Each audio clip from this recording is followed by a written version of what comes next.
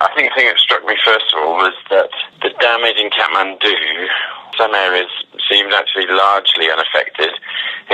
Other places they'd had complete structural collapse. Although when we then got out into the more remote areas, then the full nature of the damage and the full extent of the damage became much more apparent, with large areas in which whole villages had been completely destroyed. We know that following an earthquake, there's a fairly limited amount of time in which one can realistically effect a rescue, and the clock is certainly ticking, so a lot of effort goes into getting into the country as soon as possible. Having started in Kathmandu, we very rapidly pushed into the more outlying areas, and we did indeed see huge amounts of devastation in villages that were 95 to 100% destroyed. And it is difficult to know how one can help in a productive way as an individual. I'm used to working on an air ambulance or with the ambulance service where I'm dealing largely with one or two casualties in front of me.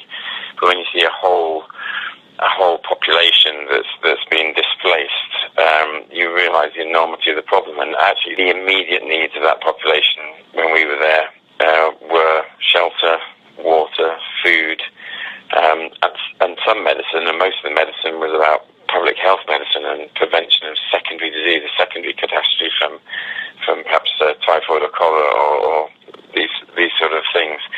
Having said that, we considered ourselves very fortunate in that we actually effected 2 or 3 rescues 7 or 8 days post-earthquake.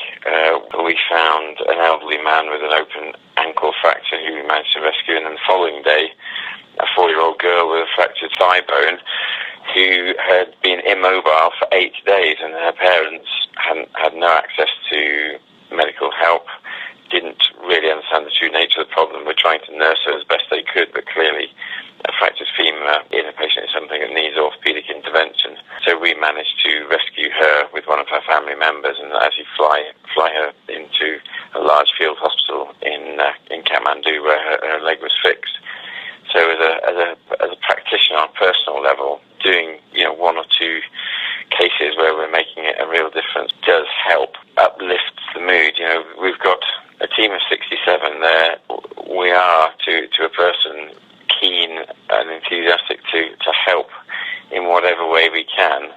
There is a sense that we're doing something useful, but clearly actually doing something tangible, like picking up someone who has an untreated injury and being able to deliver them to a point of care where that can be managed properly is very uplifting, and certainly the team do feel they've really done something very positive on a day like that. Whilst we were there, we got on very well with the locals. I found them to be very welcoming and very receptive to the efforts that we were making. I think they appreciated that we'd come a long way to try to offer assistance. So it's difficult seeing so many people in such a lot of distress, and I think the impact of another major earthquake will deeply unsettle a lot of the populace, and particularly probably young children and so on. And I think it's going to be a major sort of psychological trauma, and something that's going to be very difficult for them to recover from. I'm sure they will over time, but it's certainly very challenging times ahead.